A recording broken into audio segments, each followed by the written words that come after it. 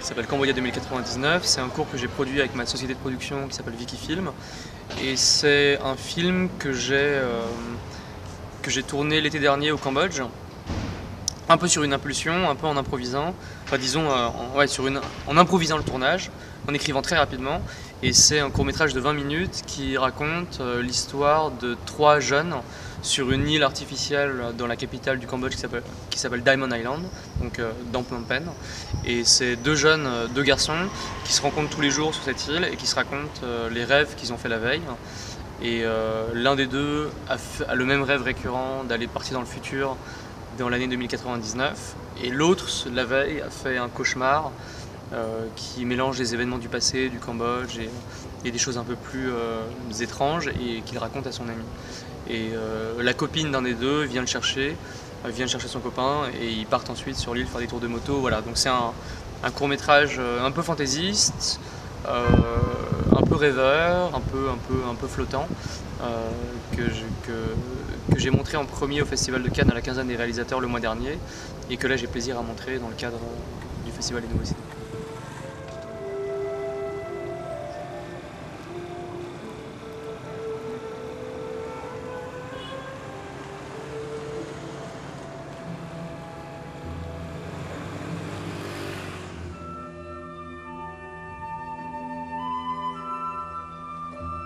Bah, mon premier film, en tout cas, je l'avais fait quand j'étais encore étudiant à l'ESSEC. Suite à ça, en 2009, je suis parti 1 an et demi au Cambodge. J'avais créé ma boîte de prod avant avec 2 associés, dont Jackie Goldberg, qui avait été aussi lauréat du Festival des Nouveaux Cinémas avec son court-métrage L'Enclave. Il avait été produit par CQN Prod. Et donc en 2009, je suis parti 1 an et demi au Cambodge et j'ai réalisé un long métrage documentaire qui s'appelle Le Sommeil d'Or, qui est un film sur la mémoire du cinéma disparu au Cambodge, qui a été détruit, c'est-à-dire les cinéastes et les acteurs et les musiciens assassinés ou exilés pendant le régime Khmer Rouge. Donc c'est comment le cinéma des années 60 perdure dans la mémoire des gens.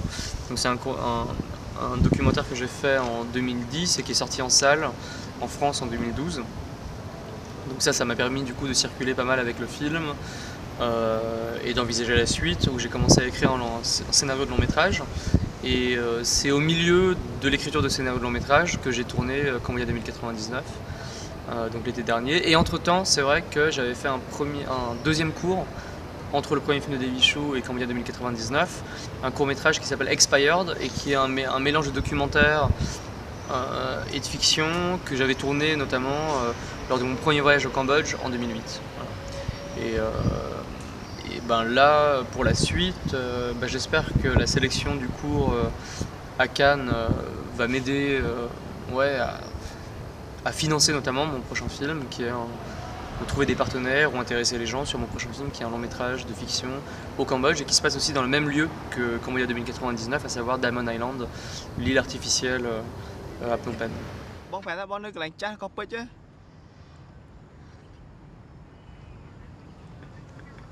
Ok, nói thì chúc nha, ok.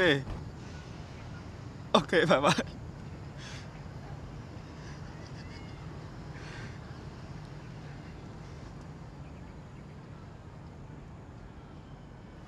Non, pour moi, il y a un truc.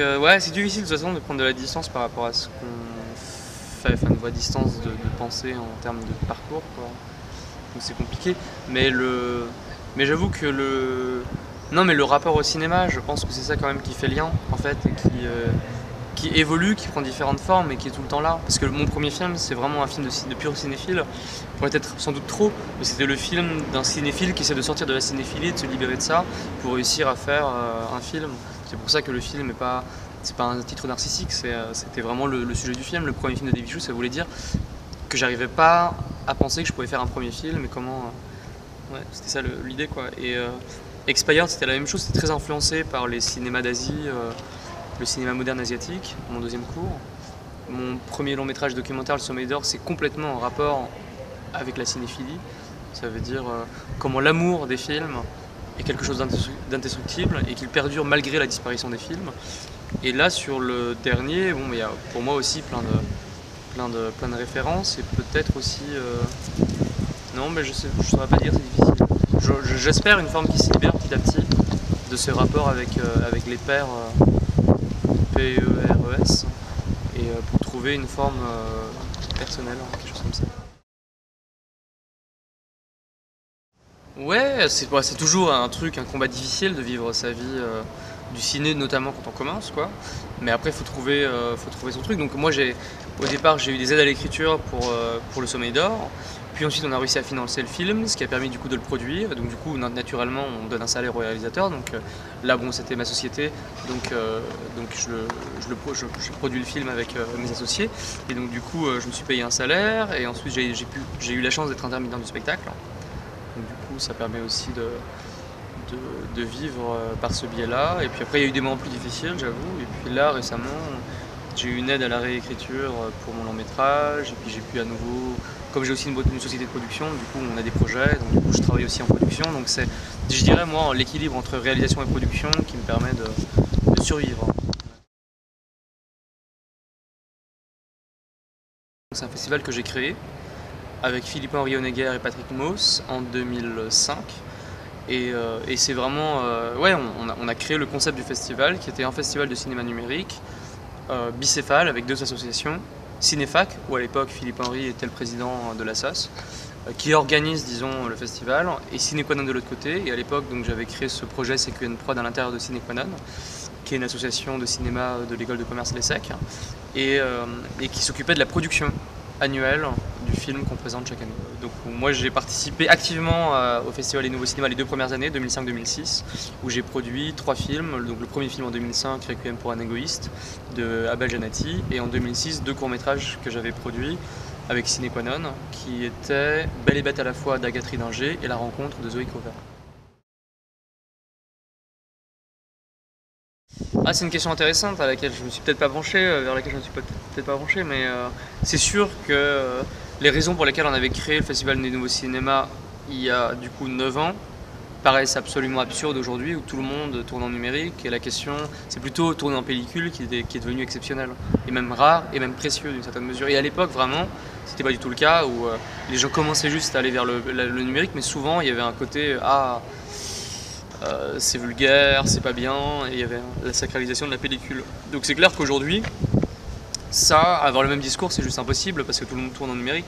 Donc moi je pense que c'est surtout un esprit en fait, un esprit d'indépendance, un esprit de recherche, d'expérimentation, et la volonté de penser en fait le format. C'est plutôt ça en fait.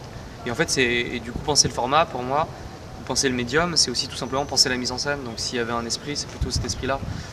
Voilà, donc je sais pas après qu'est-ce que deviendra le Festival des Nouveaux Cinémas, mais je pense que forcément c'est aussi toujours se tourner vers des formes neuves en fait, et des